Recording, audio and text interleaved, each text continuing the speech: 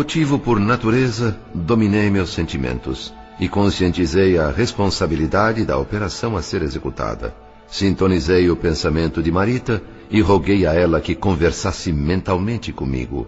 Para me sentir forte, melhor credenciado a levar adiante tarefa tão difícil, relembrei os sentimentos paternais de quando encarnado na Terra e passei a ver naquela criaturinha frágil nada menos que uma filha de minha alma.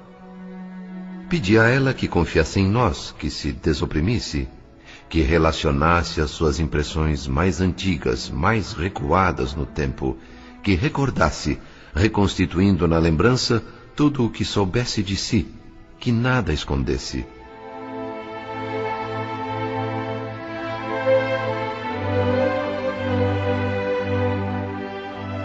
A jovem, sem atinar com o motivo de tantas e tão profundas reminiscências, voltou ao passado. Cenas arquivadas em sua memória desde a infância ressurgiram como numa sequência de filme, permitindo-nos conhecer outros personagens de sua dramática história. Refazendo diálogos, revivendo situações de outros tempos, familiares da moça iam sendo projetados vividamente em sua tela mental. O exame, feito com imparcialidade, seria valioso auxiliar nas futuras atividades socorristas em benefício dela. Marita situou o início de suas recordações. Reeditou na imaginação quadros em que se mostrava ainda bem pequena, recém-saída do berço, ensaiando hesitante os primeiros passos. Sucediam-se os painéis ingênuos de velhos acontecimentos, enquanto ela respondia às minhas perguntas, supondo conversar com as próprias lembranças. Não sou filha dos Nogueira. Fui adotada por Dona Márcia, esposa do Sr. Cláudio. Minha verdadeira mãe eu não conheci. Mas eu sei que se chamava Aracélia e que se suicidou. Eu já era grande. Tinha 11 anos quando soube disso. E quem me contou foi a própria Dona Márcia, minha madrasta.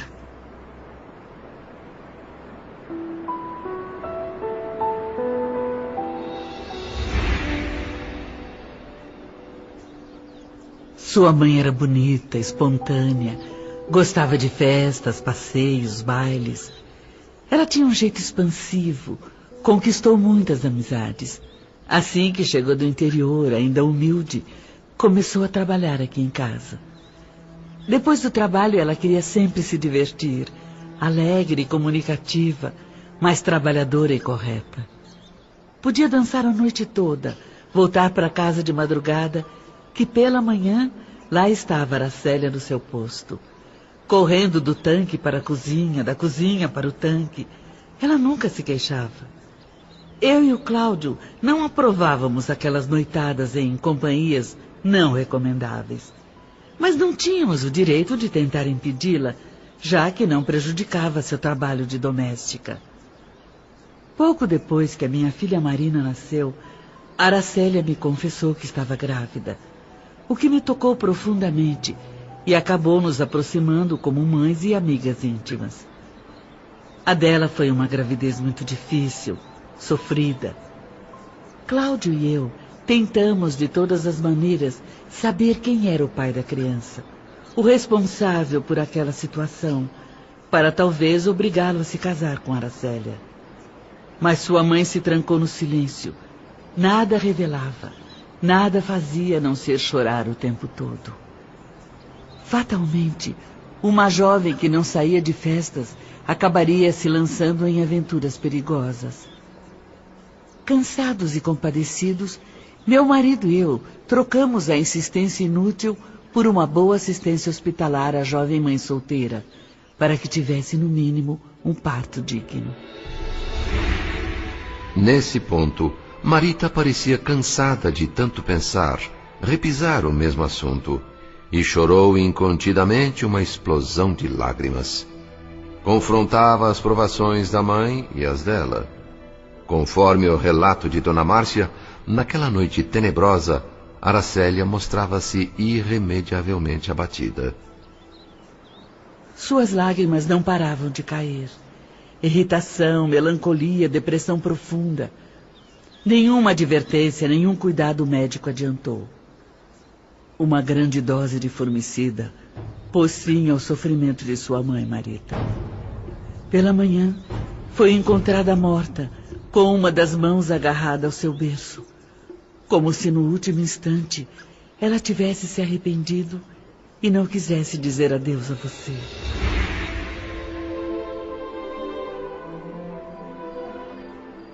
Despertei para a vida no colo de Dona Márcia. Para mim, ela e Cláudio eram meus pais legítimos. E Marina, minha irmã de sangue. Tudo era lindo. Nós duas tínhamos quase a mesma idade. A escola, os passeios, excursões, jogos. Líamos os mesmos livros. Vestíamos as mesmas cores.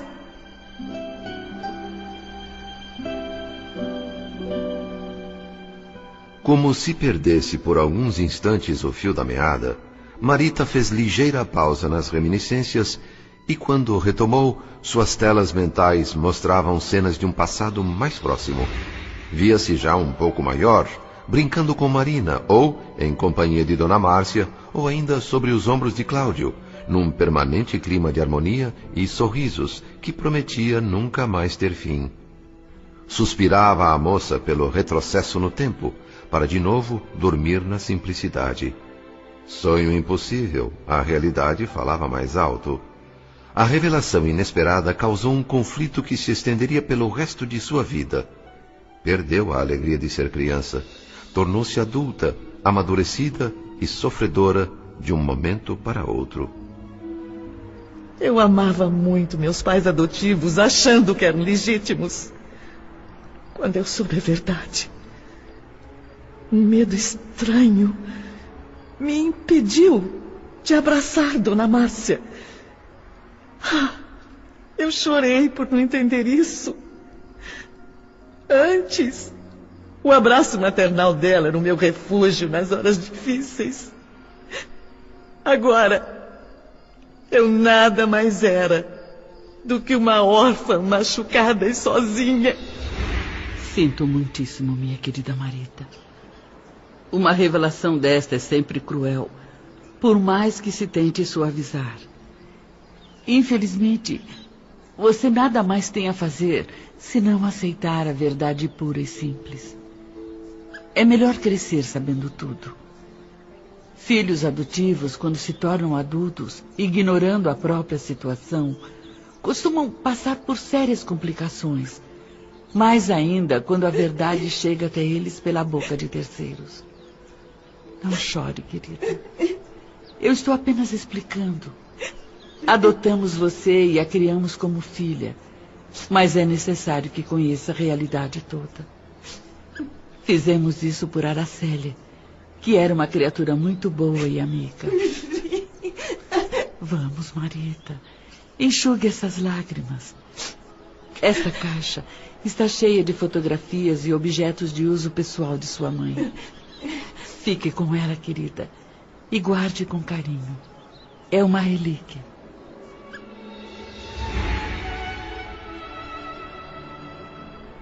Num gesto prático, sem nenhuma sensibilidade maior, Dona Márcia entregou-me uma velha caixa de madeira e saiu em seguida. Colares de fantasia, anéis imitando ouro, brincos, berloques, bijuteria sem nenhum valor. O tesouro de uma moça pobre. E não fossem as fotos amarelecidas pelo tempo, eu jamais saberia como havia sido o rosto da minha desconhecida mãe. Os olhos dela, grandes, tristes, me impressionaram muito. Como se quisessem me arrancar dali, me levar para um mundo diferente. Em minhas mãos, a única referência material de um passado que, segundo Dona Márcia, eu deveria sepultar. Mas como esquecer que fui adotada somente porque a Aracélia, minha mãe, era muito boa e amiga. É simples assim apagar anos e anos de uma vida, me despachando para a estação da orfandade.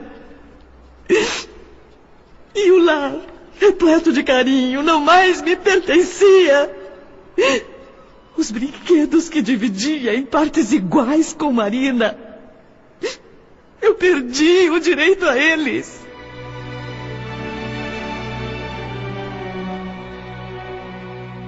Os episódios que marcaram a vida de Marita em diversos lugares, épocas e circunstâncias, incluindo pessoas que estiveram presentes, não paravam de surgir em sua tela mental. Conseguíamos assim uma análise de boa profundidade. Agora com 20, a moça detinha-se mais tempo nas lembranças de seus 11 anos, quando a verdade desabou sobre ela. A frieza da madrasta ao contar-lhe tudo não deixava dúvidas. Alguma coisa mudara na relação daquela família com ela. O efusivo amor de outrora, Dona Márcia converteu em gestos de carinho moderado, afagos racionados. Atitude inequívoca de quem estabeleceu uma severa fronteira entre Marita e os demais moradores da casa. Natural que a jovem, inteligente como era, se sentisse não mais que uma albergada, tolerada, enganada. Não era filha, era órfã. Compaixão certamente era o que sentiam por ela, mas não se dispunha a agradecer por isso. Naquele momento, seu orgulho infantil estava mortalmente ferido. Na falta de solidariedade humana, coube a uma cadelinha magra e sem nome, antes abandonada na rua, o papel de confidente.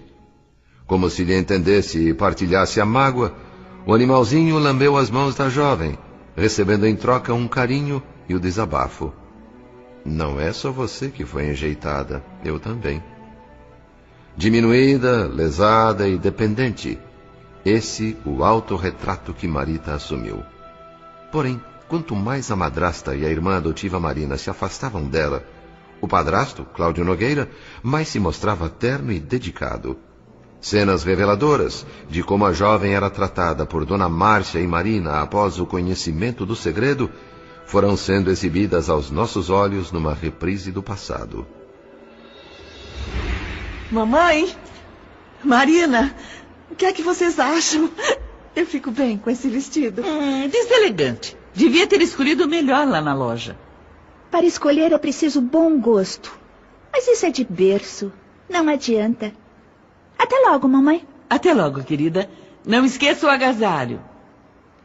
Você queria conversar comigo sobre um determinado assunto. O que é, Marita? Bom, sabe, mãe, eu queria entender melhor o que está acontecendo comigo. Está começando a acontecer. Sabe, alguma coisa está mudando em mim. Eu não sei, acho... É natural, Marita. Você está na idade em que começam a surgir mudanças no corpo da mulher. Mas não se preocupe, querida. Vamos conversar até esclarecer todas as suas dúvidas. Marita, por mais que tentasse, não conseguia decifrar o enigma que era a sua madrasta. Personalidade dupla talvez fosse uma explicação. Quando a sós com Dona Márcia, o diálogo era afetuoso, cheio de compreensão e carinho.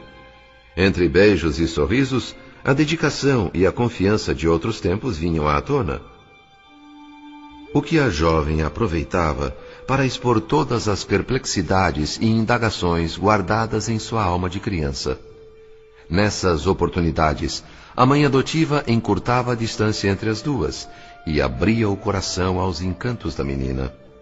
A meiguice materna se externava em sabedoria e doçura, sugerindo um reencontro com a mãezinha de outros tempos, quando, ao pé do berço, aquelas mesmas mãos lhe afagavam a cabeça. Mas o peso das conveniências e convenções logo se fazia sentir, abafando a felicidade, como acontece a um tesouro enterrado sob espinheiro intransponível. A chegada de Marina, a irmã, encerrava o momento mágico. Espantada, Marita assistia à transformação da madrasta. A segunda personalidade sobrepunha-se à primeira no ato. Sumia a mãe acolhedora, espiritualizada, e emergia a outra, Dona Márcia, com uma cortesia estudada, sutil, assumindo ares diferentes. Inventava tarefas para a filha adotiva em lugares distantes a fim de afastá-la de casa. Com a ajuda e conivência de Marina, sua filha, criava situações constrangedoras para Marita, muitas vezes em público. As roupas, as indisposições orgânicas da menina, seu jeito de ser, tudo era motivo de crítica, sarcasmo, humilhação. Se a convidavam para ir às compras, era para obrigá-la a carregar os pacotes, numa crueldade recheada de risinhos e frases pejorativas, para que não restasse dúvida a quem visse quanto à subalternidade da órfã, como um teste de tolerância e paciência diante de uma banca examinadora que avalia reações entre o chiste e a impiedade. Dona Márcia e Marina juntas, uma aprovação inqualificável a ser suportada em silêncio por Marita. A Marina mudou completamente quando soube que não éramos irmãs de verdade. Nas conversas com as amigas, ela se referia a mim como a filha da empregada.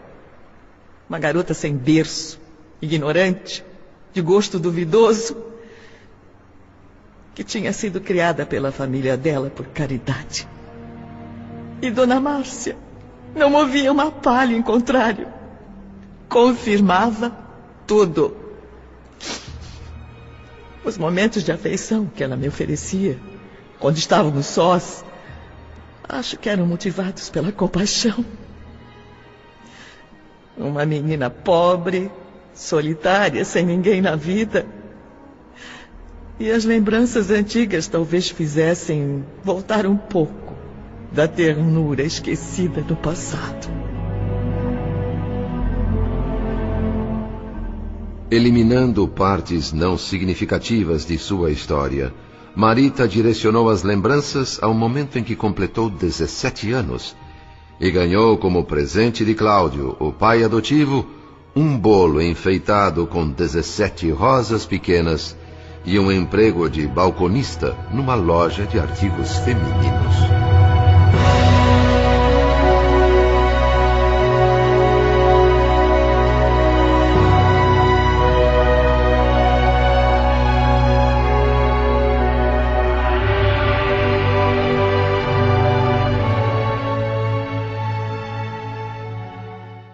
Ambiente novo, outras ideias, relações diferentes.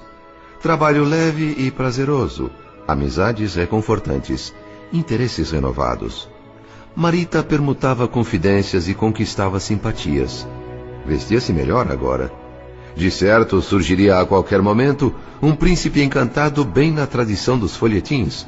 Um herói que lhe poria o mundo aos pés, a partir de um lar perfeito, paraíso idealizado, onde pudesse anestesiar o coração e encontrar a felicidade.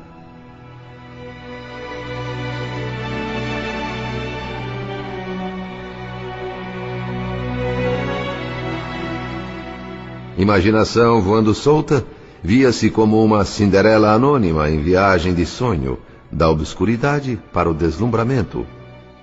Como nos romances, novelas e filmes, onde as supremas aspirações humanas eram sempre atendidas no final feliz. Mas, à espreita, no meio do caminho, o destino tramava um final infeliz para Marita. Embora cercada de gente, continuava só. Possuía autocrítica, discernimento, e sabia que estava sozinha no mundo.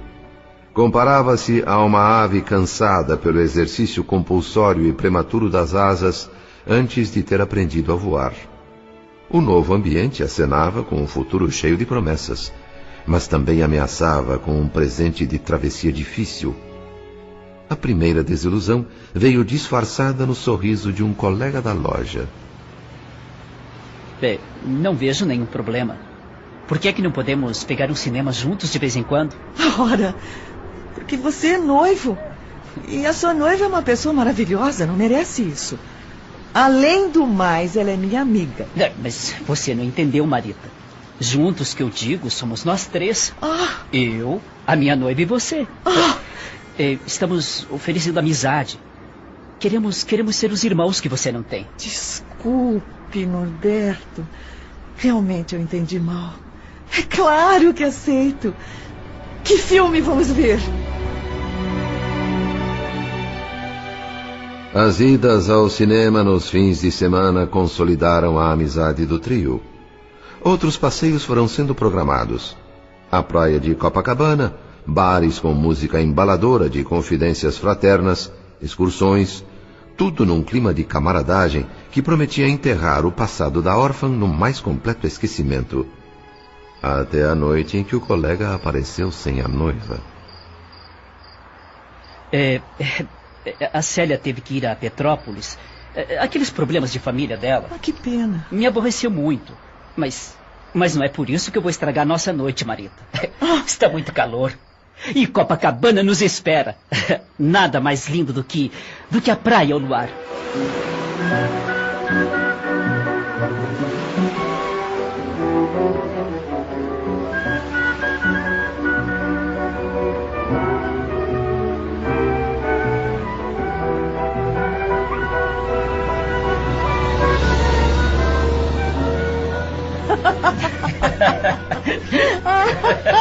Ai, aquela freguesa eu conheço bem. E me escondo dela o tempo todo. Revira a loja inteira e no fim não compra nada.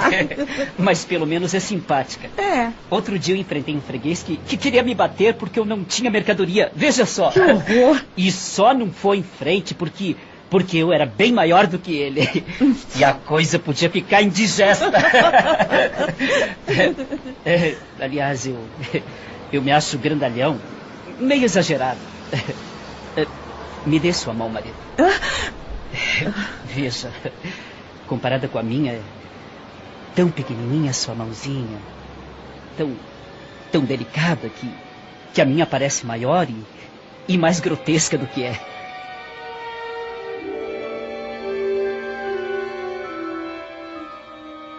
O gesto rápido e preciso do moço assustou Marita. Num segundo, e sem que ela pudesse impedir, sua pequena mão espalmava-se sobre a dele. A reação morreu na tentativa. Sentiu os dedos comprimidos pela mão máscula do colega. As intenções, por trás do olhar tenso dele, não podiam ser mais claras. Os esforços dela para desvencilhar-se, todos neutralizados pela brutalidade. Num gesto brusco e decidido, o rapaz apertou-a de encontro ao peito e colou sofregamente os lábios nos dela. A vertigem de alguém atingido por um raio não teria o mesmo efeito. Gritar por socorro ela quis, mas o sangue turbilhonava em sua cabeça, bloqueando o raciocínio. Desfaleceu por alguns segundos no esforço inútil de rechaçar o ataque. O hálito sedutor do primeiro homem que a retinha submissa destilava o magnetismo da serpente quando hipnotiza o pássaro confiante. Me solte! Por favor, me solte! Eu não quero! Oh, ai! Tá me machucando, me solta! Você quer sim! É claro que quer! Que isso? E não é de hoje que você está apaixonada por mim. E eu por você. Não há como evitar. Não faça tanta força que está me irritando, menina! Me solte, senão eu vou gritar por socorro! Chama a polícia! Pois pode chamar. Eu digo que você me provocou. Vamos ver em quem é que eles acreditam. Você não tem um pingo de vergonha nessa cara? O compromisso com a sua noiva é o quê? Uma mentira? Está descaradamente enganando a minha amiga. Uma moça ingênua que acredita em você. Meu Deus, que espécie de homem faz uma coisa dessas? Será que a sua mãe e as suas irmãs também não merecem respeito? Ora, que discurso mais antigo. Está me dando tédio. Além de tudo, falso. Eu senti a sua vibração nos meus braços. Que horror! Ou vai me dizer que não precisa de homem? De um homem, sim, eu preciso! De um companheiro sincero, que me dê amor e a quem eu ame também. Eu quero ter uma família decente, ser mãe. Preciso dar e receber muito afeto na minha vida. Mas eu não quero ser feliz na base da devassidão e da deslealdade. Se está esperando que eu lhe peça desculpas, vai se decepcionar. Aliás, eu estou decepcionado. Melhor dizendo, frustrado. Nunca imaginei que você pudesse ser tão atrasada, antiquada e boboca desse jeito. Eu estou noivo, sim. E daí? O bom viajante conhece o caminho certo.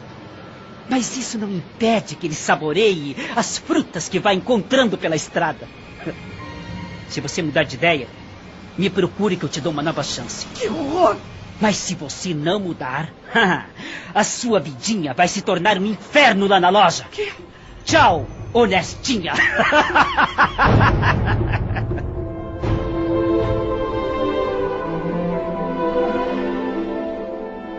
A sentença foi profética. Infernal seria uma boa definição para a vida de Marita, na loja depois desse incidente. Perseguições, críticas ao seu desempenho, ameaças de demissão. O colega rejeitado, agora inimigo declarado, capitalizava e ampliava qualquer pequeno deslize no serviço da jovem, denunciando maldosamente ao patrão. Só não acontecia o pior, porque contava ela com um protetor, entre aspas, na empresa, o filho do dono, rapagão bonito, rico, inteligente, recém-casado e chegado a aventuras extraconjugais, começou por um presente de aniversário à moça. Passou depois a assediá-la com propostas inconfessáveis. Nova recusa, novo inimigo, amargas preterições. As pedras se amontoavam no caminho da órfã, enquanto ela assistia ao progresso da irmã adotiva.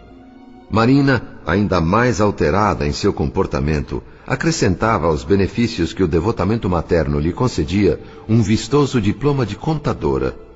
Vantagens adicionais surgiram naturalmente, trazendo na esteira muitos desatinos. Excesso de ganho e escassez de juízo fizeram da irmã de Marita uma perdulária desenfreada, gastando sem nenhum controle nem responsabilidade em bebedeiras e inutilidades de todo tipo. Nessa altura, o pensamento de Marita desviou-se das reminiscências a respeito da irmã adotiva e plasmou em sua tela mental uma figura que me surpreendeu, porque me pareceu conhecida. Um novo personagem transfigurou o espírito da jovem. Seu semblante, até ali marcado pela tristeza, ostentava agora um brilho forte de alegria e paz. A infortunada menina esqueceu apreensões e queixumes e sorriu enternecida. Mais nítido tornou-se o vulto do moço causador da transformação. Clareou-se com grande intensidade a aura de Marita. O fenômeno induzia as mais belas apreciações do entusiasmo poético. Aquele, com certeza, era o escolhido, o eleito. Ela o amava com a firmeza da árvore que se apoia na raiz principal, com a abnegação da mãe que prefere morrer feliz no sacrifício extremo, se essa for a condição para que seu filho viva.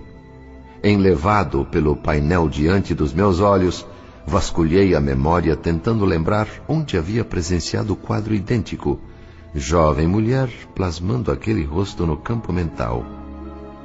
A resposta não demorou, lembrei. Era o jovem que ocupava os pensamentos de Marina, como rival de Nemésio. As duas moças, irmãs adotivas, ligavam-se ao mesmo rapaz. Preferências iguais, sócias de um mesmo destino. Pedro Neves, observador atento desde o início da análise, acercou-se de mim com a face trânsita de mágoa.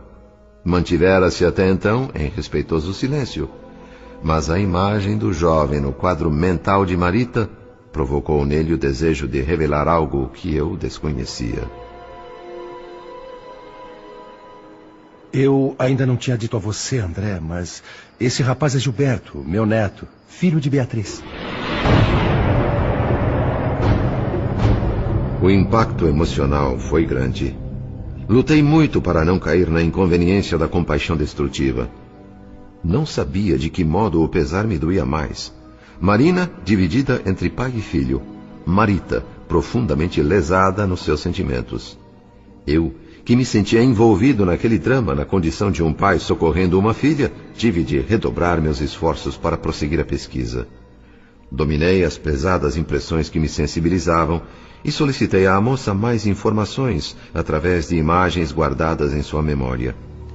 Como analista interessado em ajudar, precisava conhecer as raízes daquela estranha situação. Nos conhecemos há 6 meses. durante a negociação de um imóvel. Gilberto representava a imobiliária do pai dele. E eu auxiliava meu chefe, prestando informações a respeito da nossa empresa. Durante toda a minha vida, até aquele dia, nada parecido havia me dominado tão completamente. Pertencíamos um ao outro. Soubemos imediatamente, Gilberto e eu. Impossível descrever com palavras o deslumbramento. Um encontro não marcado, olhares nunca antes trocados, pessoas que sempre se amaram e não sabiam. Depois, muitos encontros marcados para compensar o tempo perdido.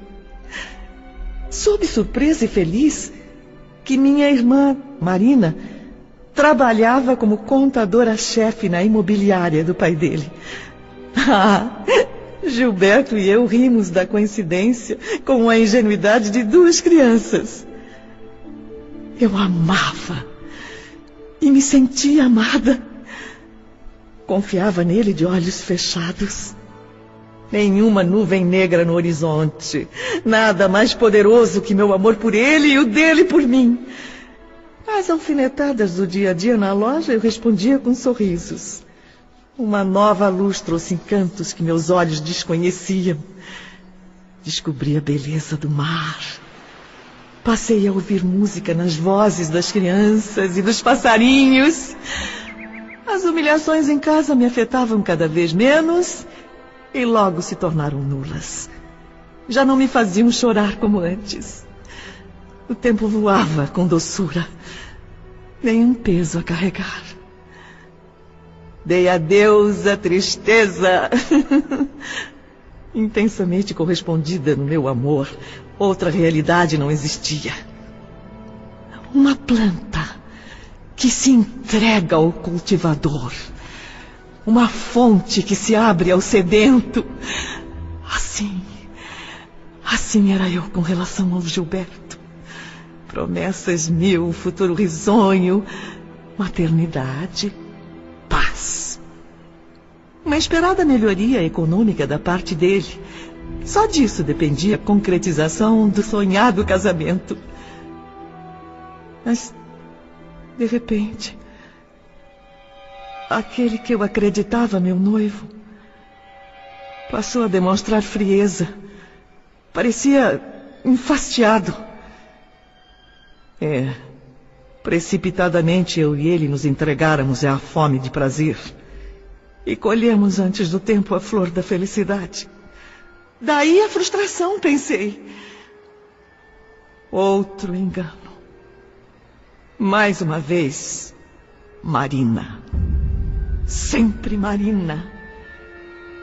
Sem ser vista, surpreendi ontem Gilberto e ela numa conversa íntima, cheia de promessas ardentes. Minha irmã tem como meta principal em sua vida impedir que eu seja feliz. Todos os meus sonhos ela transforma em pesadelos.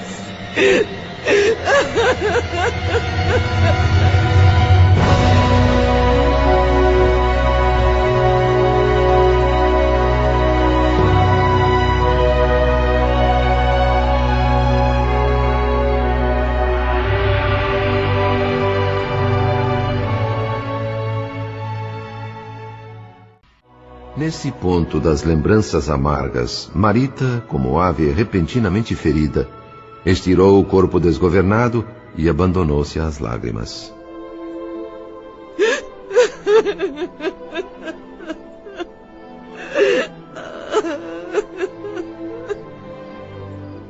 Afinal, o que vem a ser isto? Onde estamos? Você viu, André? Meu neto! O moço é meu neto!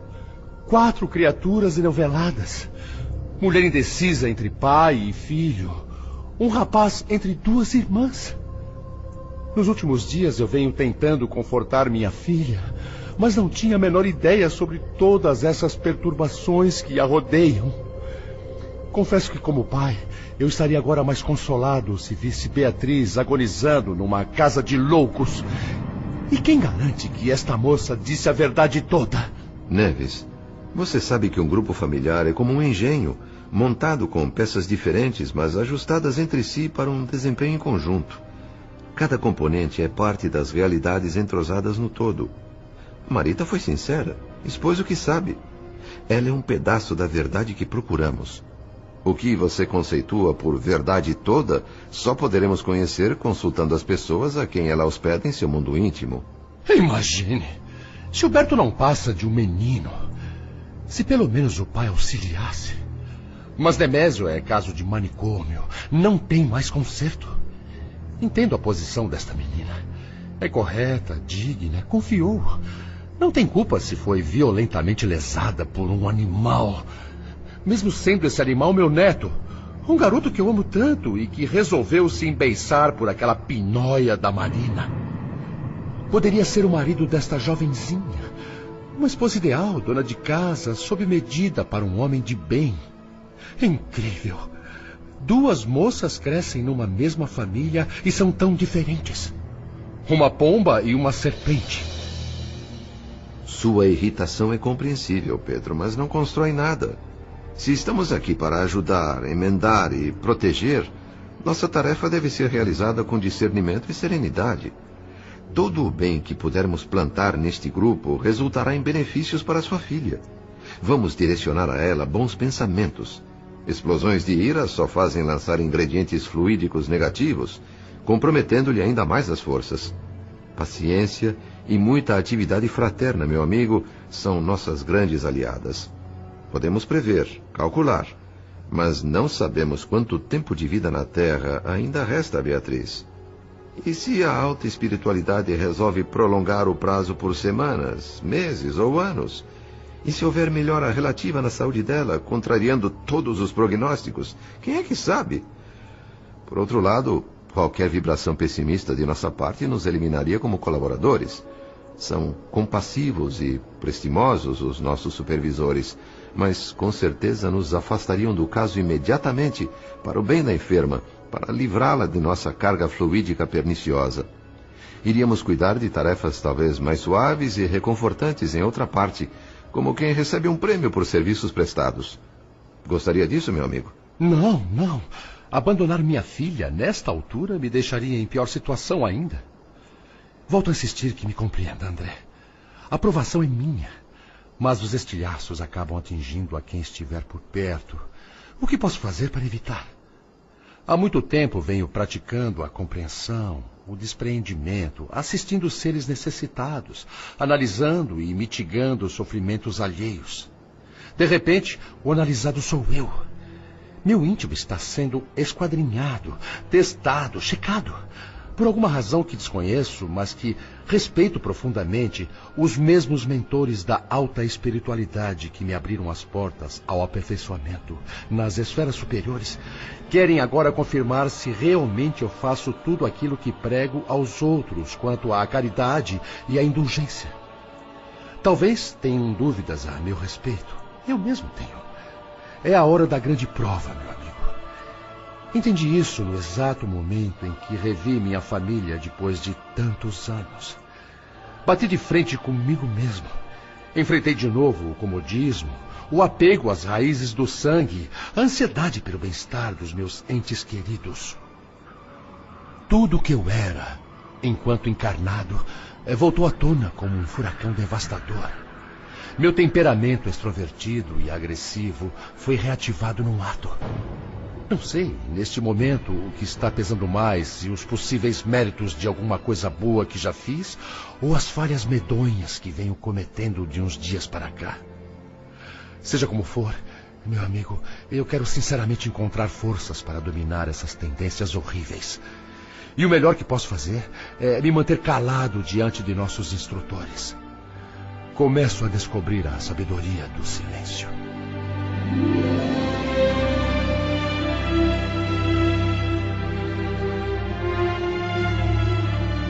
Era comovente a submissão do companheiro. Ponderei que estávamos os dois no mesmo patamar.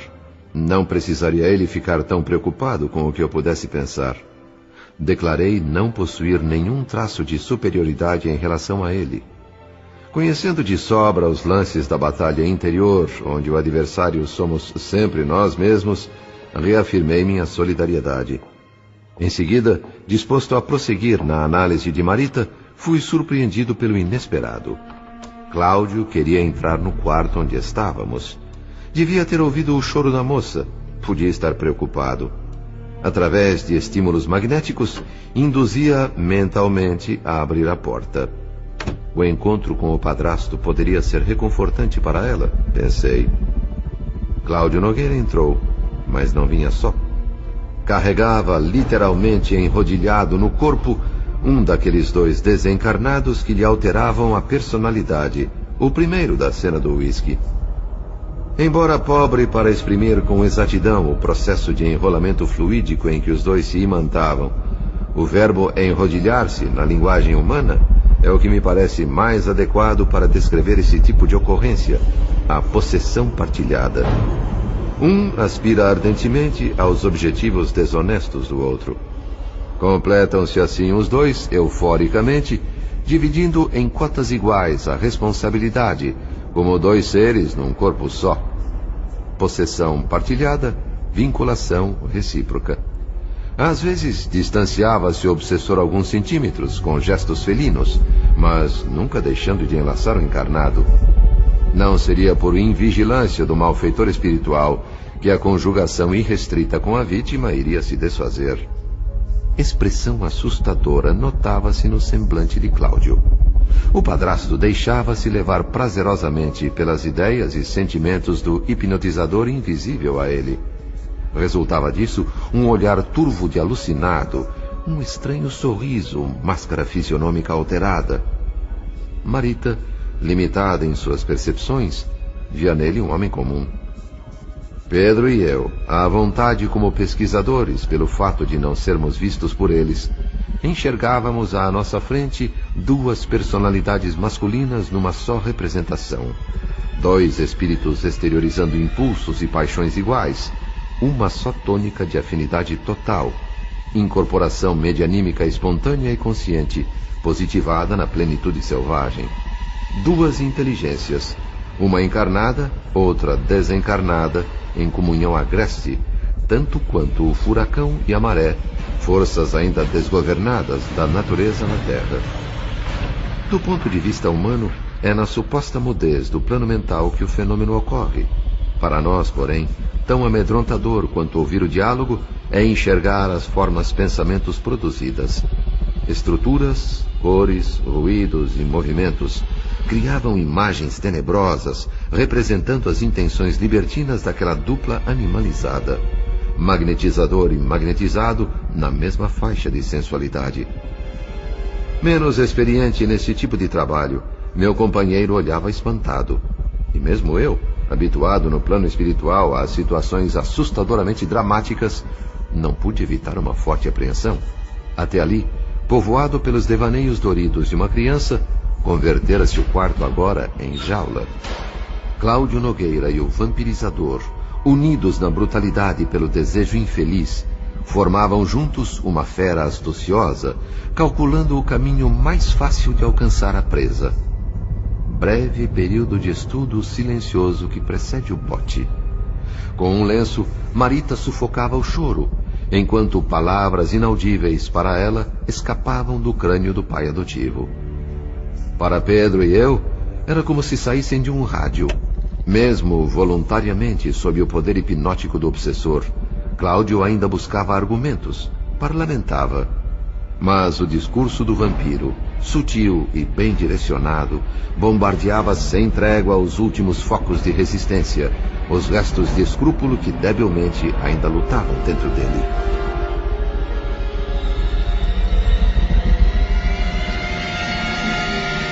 O amor, Cláudio, é isto.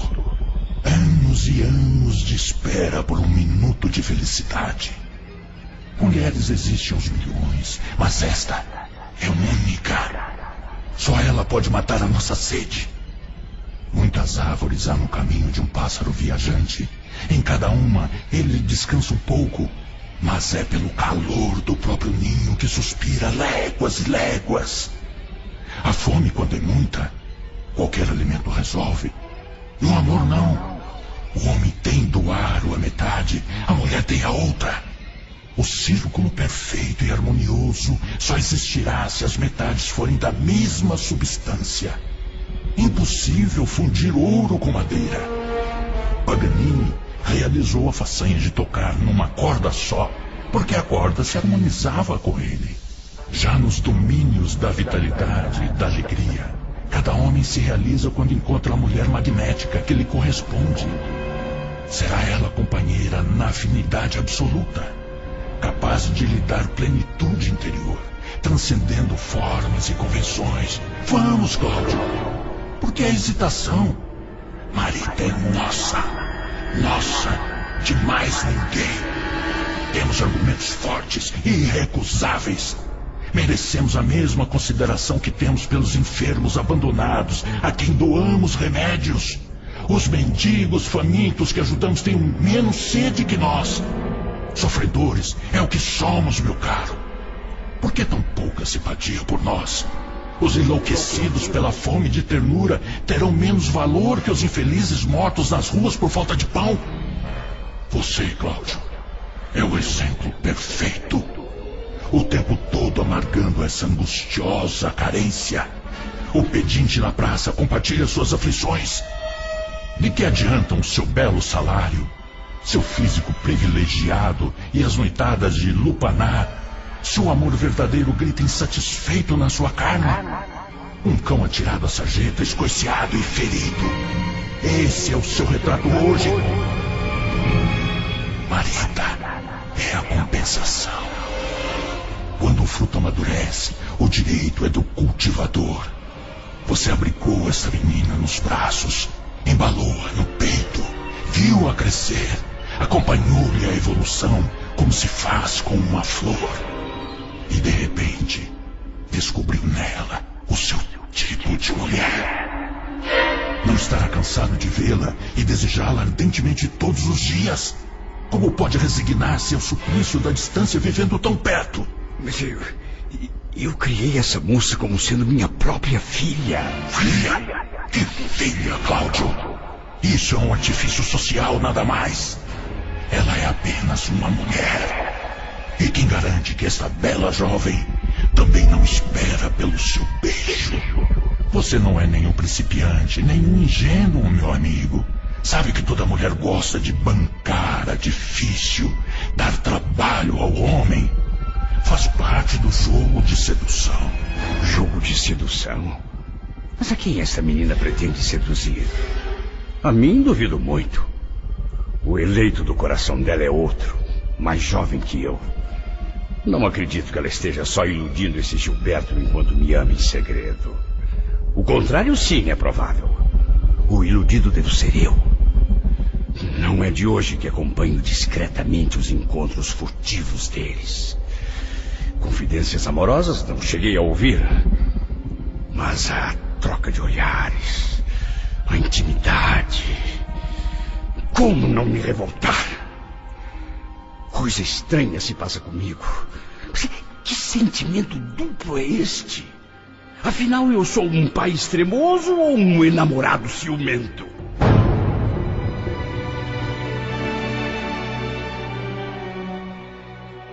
Como pai indignado, Cláudio quase chegara a dar parte de Gilberto à polícia como corruptor de menores em franco assédio à sua filha adotiva. Só não o fez porque descobriu na mesma ocasião que sua filha legítima, Marina, passava noites em hotéis suspeitos. E a maneira como se inteirou disso não situava Cláudio em posição moralmente confortável que o autorizasse a denunciar o rapaz à polícia. Homem de prolongada vida noturna, passou a esbarrar com a filha em recantos de prazer altamente comprometedores. Nesses lugares, ela repartia cautelosamente seu amor entre Nemésio e Gilberto, pai e filho, sem que um soubesse do outro. A vida desregrada de Marina tornara-se uma calamidade inevitável para Cláudio. Atormentado, via a licenciosidade invadir o seio da família, sem que ele pudesse impedir. Há muito tempo, seu casamento com Márcia vinha sobrevivendo para manter as aparências. uma aversão instintiva e recíproca os afastava cada vez mais. As rixas e discussões do começo foram se convertendo em cansaço, indiferença total de um pelo outro. Cada um com suas aventuras extraconjugais, cada qual com seu caminho. Marina evidentemente seguira a trilha da mãe. Sempre que se reuniam à mesa, comportavam-se como 3 animais inteligentes, dissimulando o desprezo recíproco através da convenção, do sarcasmo e da zombaria. A Cláudio restavam só Marita como tábua de salvação e o dilema persistente: pai dedicado ou louco apaixonado.